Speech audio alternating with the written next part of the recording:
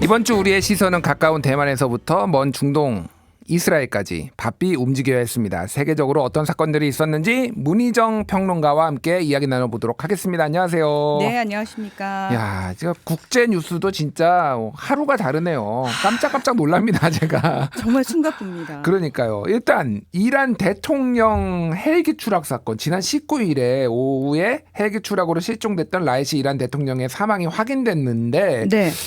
야, 이거 암살 아니야?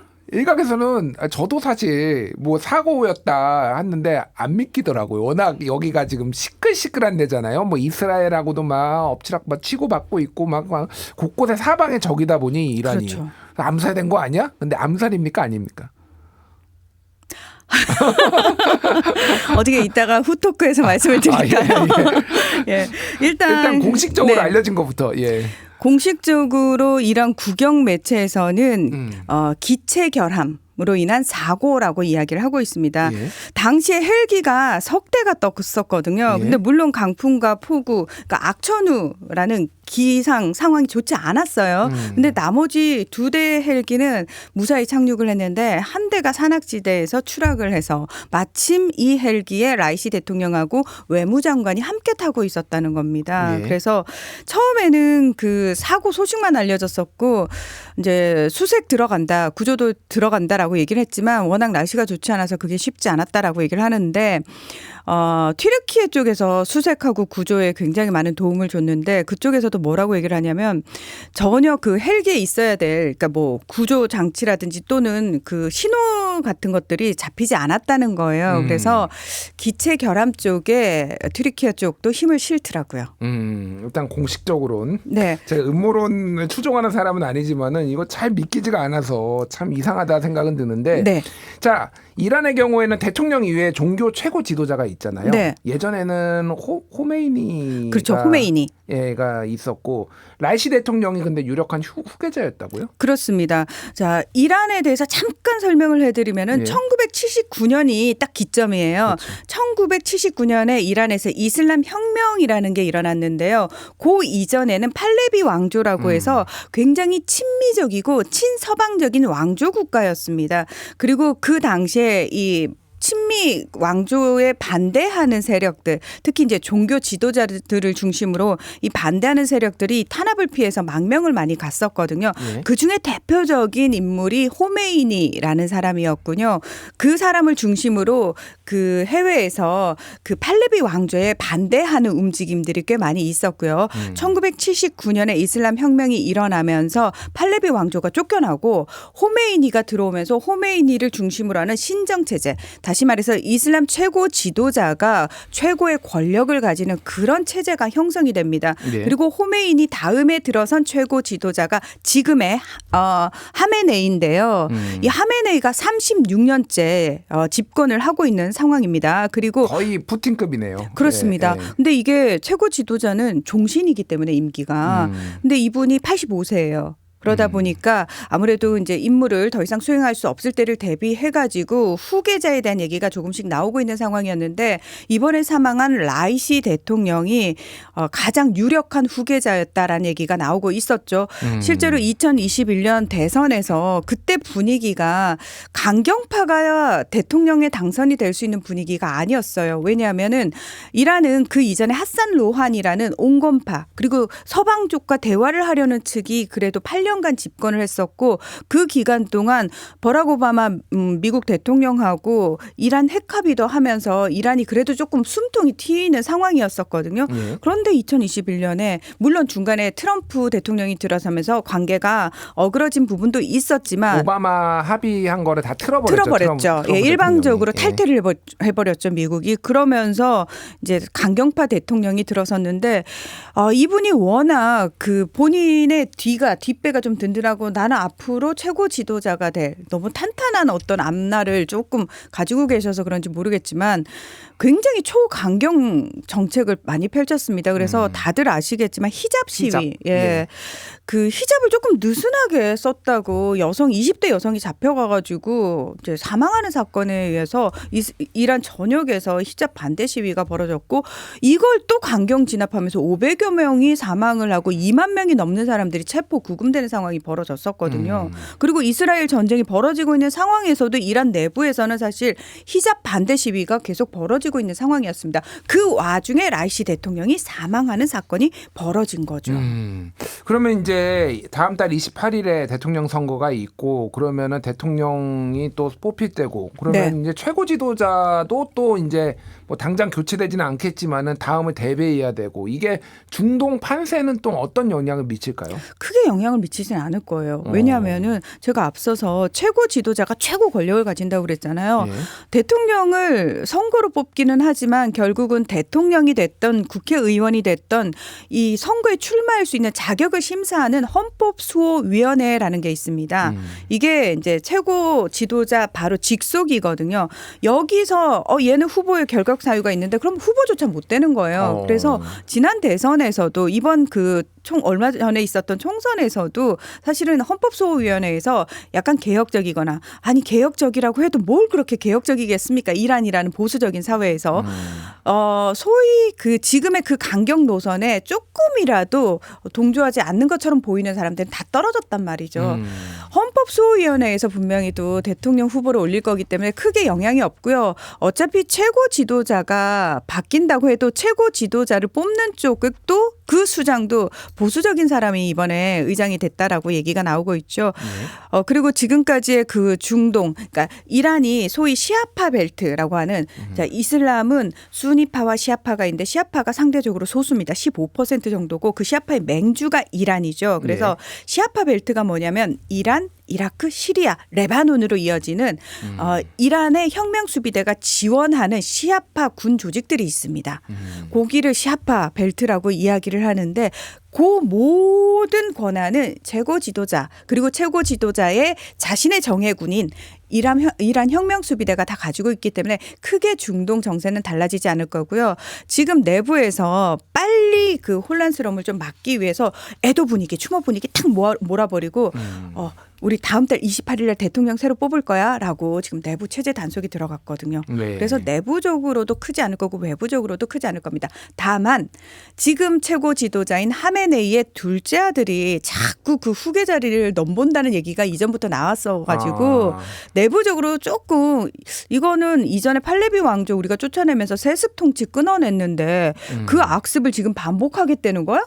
호메이니는 그 훌륭하신 분은 정말 공정한 상황에서 최고 지도자 자리를 넘겨줬는데 자신들의 아들이나 가족에게 넘겨주지 않았는데 하메네이가 그렇게 하겠다고? 지금 이 반발이 벌써 시작되고 있거든요. 그래서 제가 봤을 때는 대통령이 강경파냐 온건파냐 이것도 좀 보실 필요가 있고요. 최고 지도자가 진짜 하메네이의 둘째 아들이 되는지 이 부분을 좀 보시면 이란의 전체적인 판세가 좀 읽힐 것 같습니다. 그리고 앞서서 말씀하신 이거 암살인가요? 이거 뭔가 음모가 있는 건가요?가 확인이 되겠죠. 보통 이득을 보는 자가 범인이다 뭐 이런 얘기가 있는데 잘 그렇죠. 모르겠습니다. 네. 좀 지켜보도록 하고 시간이 많지 않은데 좀 짧게 얘기하고 좀 이따 후토크 잠깐만 할게요. 옆 국가로 가보죠. 예, 이스라엘 가보겠습니다. ICC 국제형사재판소 검찰이 현지 시간 20일 네타냐후 이스라엘 총리를 비롯해 이스라엘 지도부 하마스 지도부에 체포영장을 청구했다. 네. 이건 어떤 의미인가요? 전쟁 범죄자로 낙인을 찍겠다는 의미인 거죠. 남아프리카 공화국이 국제형사재판소에 사실은 이스라엘을 전쟁 범죄 국가로 이미 고발을 한 상황이었거든요. 그래서 그걸 다투고 있는 재판이 벌어지고 있는 상황이었고 이미 네타냐후를 향해 가지고 지상전 안 된다. 특히 라파에서의 지상전은 더더욱 안 된다. 인도주의적 구호 물품 들어가는 거 막는 거 안 된다라고 굉장히 국제사회에서 여러 번 얘기했고 반복적으로 얘기했음에도 불구하고 네타냐후가 그 모든 걸 다 무시하지 않았습니까? 예. 그래서 그것과 관련해 가지고 국제사회의 목소리를 이렇게 무시한 것에 대해서 단죄를 하겠다라고 이야기를 하면서 네타냐후 총리와 갈란트 국방장관을 체포영장 청구했어요. 그리고 하마스 1인자 그리고 정치 지도자 3명에 대해서도 똑같이 했습니다. 그러면서 이 ICC 측은 딱 이렇게 얘기를 해요. 법 위에 누구도 있지 않다. 근데 이게 공정한 거잖아요. 근데 이스라엘은 뭐라고 얘기를 하냐면 저기요, 저희는 ICC 회원국이 아닌데 당신네들이 뭔데? 라고 얘기를 하거든요. 그런데 ICC 측의 주장은 뭐냐면은 무슨 얘기야? 너네가 전쟁 범죄를 저지른 팔레스타인 영토, 팔레스타인은 우리 ICC 회원국이기 때문에 우리가 권한을 가진다라고 이야기를 하고 있고요. 네타냐후 총리는 나 기분 더러워. 어떻게 그 괴물 같은 하마스하고 이렇게 윤리적이고 도덕적인 이스라엘 군을 한 차원에 놓을 수가 있어? 동급으로 어떻게 볼 수 있어? 기분 더러워라고 얘기를 했고요. 바이든 아, 대통령. 진짜 기분 더러워 그렇게 얘기했어요? 아, 정말 받아들일 수 없다라고 얘기를 했죠. 예. 그리고 예. 바이든 미국 대통령 역시도 이거는 얼토당토하는 일이다. 어떻게 이스라엘하고 하마스를 동급에 놓냐. 말도 안 된다라고 이야기를 하고 있는 상황입니다. 그러니까 보통 이제 ICC 국제형사재판소에서 이렇게 뭐 체포영장 발부하면은 보통은 테러리스트들 뭐 이런 거였는데 굉장히 이례적이긴 한데 아까 전에 제가 얘기를 했지만은 서방 국가의 인물이 이렇게 체포영장 대상이 되는 거는 처음 본 것 같아요. 그렇죠. 왜냐하면 러시아의 푸틴 대통령이 우크라이나 침공해가지고 체포영장이 지금 발부가 된 상황이거든요. 예. 네. 근데 여기서 제가 요 얘기를 하기 전에 하나 문제를 좀 내드릴게요. 미국은 ICC 회원국일까요? 아닐까요? 미국이 회원국이겠죠, 당연히. 아닙니다. 아니에요? 네. 왜요? 왜일까요? 자, 미국은 ICC 회원국 아닙니다. 왜 아닌 줄 아십니까? 전 세계적으로 가장 많은 군인을 파병하고 있는 나라가 미국이기 때문입니다. 미국 범죄와 관련해 가지고 미국 입장에서는 어느 곳에서 어떤 일들이 벌어지더라도 미군과 관련해서는 절대 국제사회가 문제 제기를 못하도록 하는 걸 허락치 않습니다. 일명 무오류라고 이야기를 하죠. 예. 그래서 미군 같은 경우에는 어느 지역에 파병이 돼서 들어갈 때 그 나라하고 절대 미군 범죄와 관련해 가지고 문제를 제기하지 않는다라는 약속을 하고 들어갑니다. 그래서 ICC 회원국 미국이 아니라는 사실에 많은 분들이 되게 충격을 받으세요. 예. 물론 러시아, 북한, 중국도 다 회원국이 아닙니다. 거기는 아닐 것 같아 그냥. 예. 근데 이 되게 웃긴 게 뭐냐면 ICC가 푸틴에 대해서 체포영장을 발부했을 때는 미국이 앞장서가지고 잘한다 뭐 영국도 잘한다 이랬었거든요. 예? 근데 이번에 네타냐후 총리에 대해서 영장을 발부한 것도 아니에요. 청구한 거예요. 청구. 예, 청구. 그럼 이제 판사가 3명이 모여가지고 자, 이 사람에 대해서 발부를 할 건지 말 건지를 결정을 할 거예요.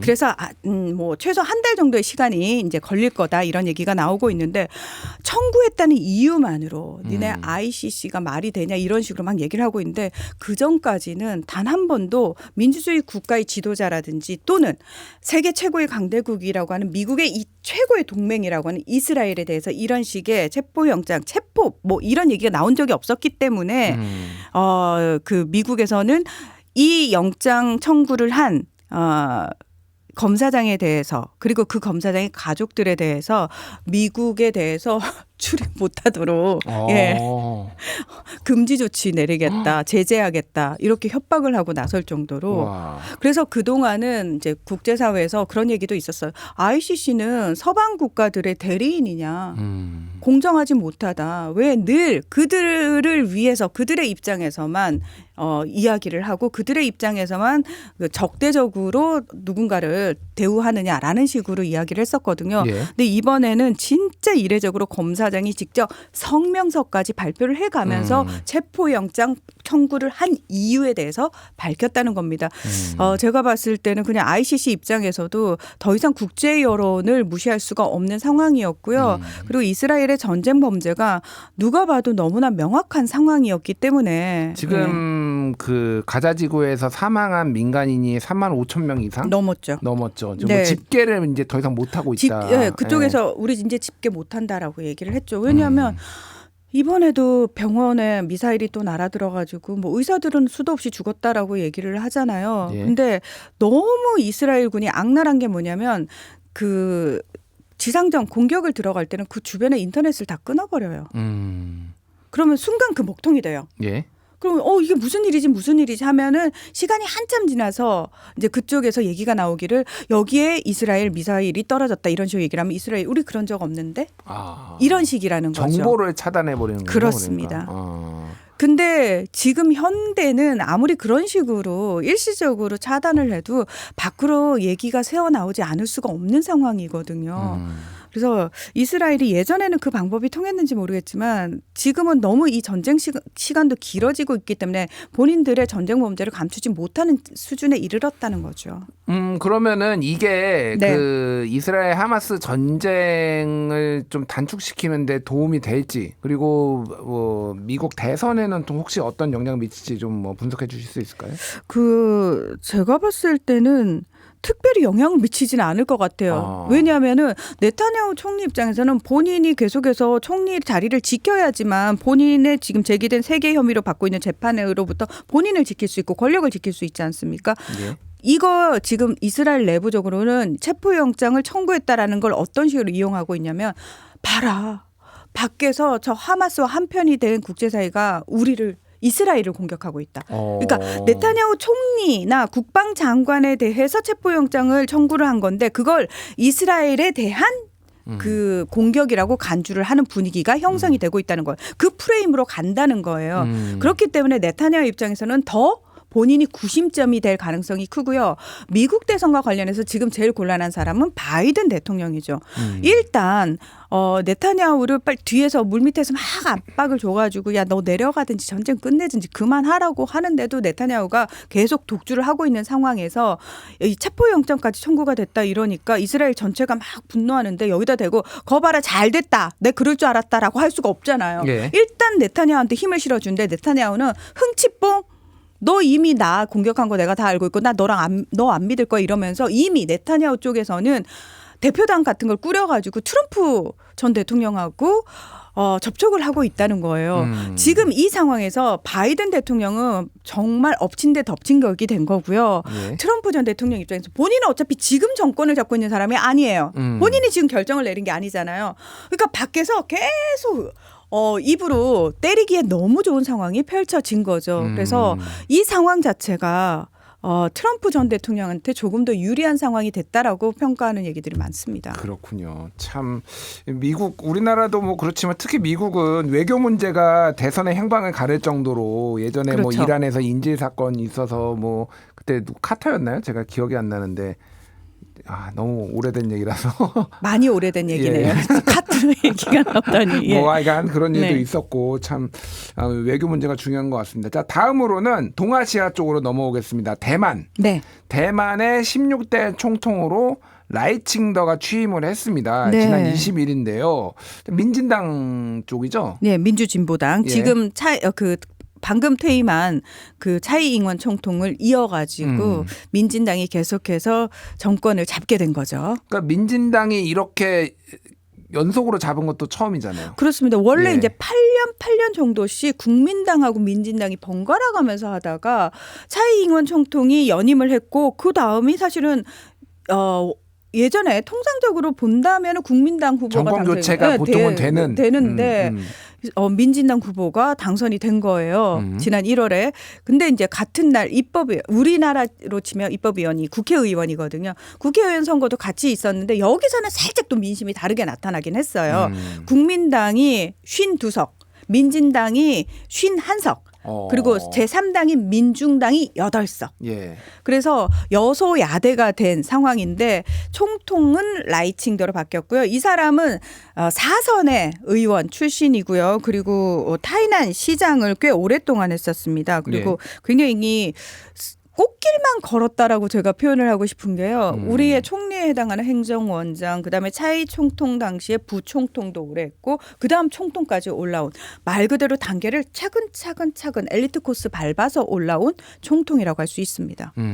민진당이 이제 대표적으로 조금 중국과의 통합을 반대하는 뭐 이제 성향이고 네. 상대적으로 과거에는 좀 젊은 층이 좀 더 지지하는 그렇죠. 그런 성향을 보였잖아요. 물론 거기도 우리나라 민주당처럼 지지층이 좀 늙어가고 있기는 한데 근데 이번에 이제 주목받았던 게 취임사에서 독립을 언급하지 않았다고요. 네. 민진당이라는 정당 자체가 이전에 국민당의 독재에 반대를 하는 그런 사람들이 모여서 만든 정당이거든요. 그러니 당연히 진보적인 성향 그리고 국민당에 반대하는 그러니까 국민당은 중국과의 통일을 이야기하는 당이거든요. 예. 단 중국 본토하고 속내가 다릅니다. 그러니까 통일을 한다라는 건 겉모습은 똑같지만 국민당은 본인들이 정통성이 있다고 생각을 해요. 장제스가 대만으로 잠깐 피신을 온 거잖아요. 그렇기 때문에 중국 전체에 대한 정통성은 우리 국민당이 가지고 있기 때문에 국민당 위주의 통일을 해야 된다는 속내를 가지고 있는 거고요. 국민당이 중국 데리고 먹겠다. 왜냐면 본인들이 정통성이 있다고 생각하니까요. 예. 근데 물론 중국은 공산당 무슨 소리지 말도 안 되는 소리. 그러나 일단은 그 세비란 건 다 빼고 겉으로 통일을 같이 지향한다는 점에서는 손을 잡고 있는 거고요. 민진당 같은 경우에는 그런 국민당에 반대하는 그래서 92년도에 왜 하나의 중국 원칙이 통과가 되지 않았습니까? 서로 합의를 했잖아요. 근데 그때 국민당하고 중국 공산당이 합의를 했는데 이거를 거부를 합니다. 민진당 그걸 인정하지 않습니다. 그리고 그중에서도 특히 라이칭더 같은 경우에는 의원 시절부터 워낙 강경한 독립파예요. 그래서 아니 대만은 독립을 굳이 얘기할 필요 없어. 왜?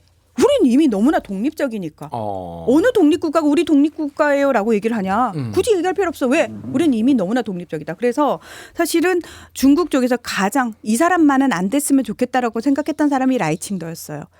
분열주의자라고 얘기할 정도로 굉장히 많이 이제 비판을 했던 사람이고요. 라이칭더가 이제 의사 출신인데 이 사람이 또 미국에서 공부를 하거든요. 그래서 친미주의자다 뭐 이런 얘기도 있기도 한데 중요한 거는 이 사람이 당선됐을 때까지만 해도 이렇게 되면은 이제 물론 대선 과정에서도 그 얘기가 나왔어요. 총통 선거 과정에서도 라이칭더가 되면 중국과 관계가 굉장히 안 좋아지면서 대만이 굉장히 불안해질 수 있다. 안보 위기가 올 수 있다. 여러분 전쟁을 택하시겠습니까? 평화를 택하시겠습니까? 이러면서 국민당 쪽에서 유세를 했었거든요. 일종의 이제 한국으로 치면 북풍 같은 그렇죠. 느낌이죠. 그런 느낌이었는데 실제로 중국이 대놓고 국민당 후보를 밀기도 하고 그렇게 했죠. 그런데 어쨌든 라이칭더가 되면서 이제 관리하는 차원으로 들어갈 거야라는 얘기는 했었어요. 왜냐하면 설사 라이칭더가 아무리 독립을 원하고 있어도 대만이 혼자서 뭔가를 할 수 있지는 않아요. 결국은 미국의 뒷배를 믿어야지 되는 거거든요. 미국이 함께 움직여주지 않는데 대만 혼자 뭘 하겠습니까? 그렇기 때문에 미국은 지금 상태의 현상 유지를 원하고 있어요. 더 이상 어떤 문제를 대만이 먼저 일으키는 걸 별로 원하지 않기 때문에 라이칭더 입장에서 그 부분을 크게 벗어날 수 없을 거다라고 얘기를 했고 본인 스스로도 그냥 취임사에서 비굴하지도 거만하지도 않겠다. 강력한 대만 수호 의지를 바탕으로 현상 유지를 가겠다. 그리고 대등한 관계라면 우리가 중국과 대화도 할 수 있고 우리 교류도 할 수 있다. 이렇게 일단은 차이 총통을 그대로 이어받는 그 모양새를 취하긴 했습니다. 일단 집권하고 난 뒤 조금 더 안정적인 모습으로 그렇죠. 뭐 되는 것 같은데 문제는 이제 뭐 예전에도 시진핑 주석의 임기 말이 되면은 그러면은 이제 전쟁이 날 것이다. 보통 2028년 위기설 뭐 이런 얘기들이 2027년 위기설. 뭐 2027년 뭐 그 정도 이제 위기설 얘기가 나오는 것도 이제 시진핑에게 남은 거는 하나 원차이나 중국을 그렇죠. 대륙을 완벽하게 통일하는 거를 본인의 업적으로 하고 싶고 근데 이제 여기에 이제 라이칭더까지 있으면은 이거 파국으로 가는 거 아니야? 뭐 이런 우려들이 좀 나오더라고요. 네. 그런데 저는 이 결정권은 라이칭더한테 있지 않다고 생각해요. 그럼 결국 이 결정은 트럼프한테 있나요? 미중 관계예요. 미중 관계. 미국과 중국이 결국은 어떤 관계를 형성하느냐에 따라서 대만의 운명이 결정이 되는 거겠죠. 그러니까 이게 사실 되게 슬픈 일이긴 한데 어쩔 수가 없는 부분이고요. 현실적인 부분이고요. 근데 중국이 지금 걱정했던 부분은 뭐냐면 걱정하고 있는 부분이 딴 게 아니라 라이칭더 네가 들어선들 너 혼자서 뭔 일을 하겠어. 그건 맞아요. 그런데 중요한 건 뭐냐면 대만에 살고 있는 타이완 섬에 살고 있는 대만 국민들의 의식이라는 거예요. 예를 들어서 뭐 결국은 통일로 갈 수밖에 없을 거야라고 중국 쪽에서는 생각을 하고 있겠지만 만약에 대만에 살고 있던 사람들의 중국에 대한 반감이 커진다라는 거는 사실 좀 문제가 될 수 있는 거거든요. 2,500만 명 정도 되는 대만인들의. 근데 시간이 지날수록 특히나 민진당이 집권을 하는 기간 동안 무슨 일이 있었냐면 홍콩이 중국화가 돼버렸잖아요. 그렇죠. 중국이 국가보안법 만들어가지고 지금 홍콩의 민주화 세력들 다 망명을 가거나 다 잡혀 들어가거나 지금 홍콩이 이제 더 이상 어떤 예전의 홍콩의 모습을 잃어버린 상황이 돼버렸잖아요. 그것 때문에 대만인들이 더 충격을 받고 더 공포스러워한다는 거예요. 그러니까 중국에 대한 거부감이 더 커졌다는 거예요. 그러니까 일국 양제는 불가능하다는 걸 보여줬다는 거예요. 거죠. 그러니까 중국 본토가 야 니들 그대로 살게 해줄 거야. 안정적으로 뭐 변화 없어라는 얘기를 안 믿게 됐다는 거예요. 그러다 보니까 61%가 넘는 대만 사람들이 나는 대만인이야 라는 인식이 더 강해졌다는 거예요. 난 중국인이에요 라고 인식하는 사람들이 지난 2월 조사에서 보면 2.4%밖에 되지 않습니다. 아 그래요? 네.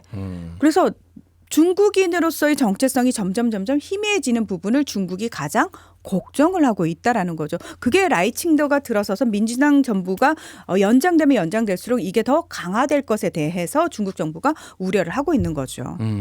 뭐 중국의 소위 말하는 화교들이 굉장히 많은 뭐 나라는 뭐 여러 인종들이 섞여 있지만 화교들이 사실상 뭐 지배한다 뭐 이렇게 보일 수 있는 나라들이 굉장히 많잖아요. 동남아시아에도 뭐 그렇죠. 말레이시아도 사실 그리고 싱가포르도 네, 그렇고. 싱가포르도 그렇고. 네. 그러니까 대만도 약간 그런 식으로 바뀔 가능성도 뭐 완벽하게 배제를 할 수는 없겠네요. 그러니까 근데 이 대만이라는 곳은 굉장히 특수한 지역이더라고요. 지정학적으로도 조금 네. 의미가 있고. 그리고 원래 국민당이 이제 본토에서 사람들이 들어온 사람들 외성인이라고 얘기를 하거든요. 예. 근데 그 이전에 그 대만 섬에 원래 살고 있던 사람들 있잖아요. 그 사람들은 또 다시 그러니까 뭐 너 단순히 통일이야 독립이야 이 차원이 아니라 예. 본성인 그러니까 외성인 그러니까 밖에서 들어온 사람들과 원래 장제스 여기 같은 사람들. 예. 원래 내부에 있던 사람들 간의 갈등도 사실은 존재를 한다는 거죠. 내부로 들어가 보면 그들의 생각은 또 다르다는 겁니다. 아, 참 복잡하네요. 복잡합니다. 예. 예. 켈트족과 앵글로색슨족을 보는 것 같은 약간 그런 느낌이네요. 근데 야, 이제 예. 어쨌든 그 대만이 지금 이렇게 그래도 독립적으로 버틸 수 있는 이유가 TSMC 때문이거든요. 예. 역시 경제 힘이 정말 대단하다라는 생각. 반도체가 최고다 이 생각을 하면서 그렇습니다. 예, 오늘 공감 칼럼 공방섹션 국제편 이렇게 마무리하겠습니다. 문희정 평론가님 항상 잘 배우고 있습니다. 감사합니다. 네, 고맙습니다. 예.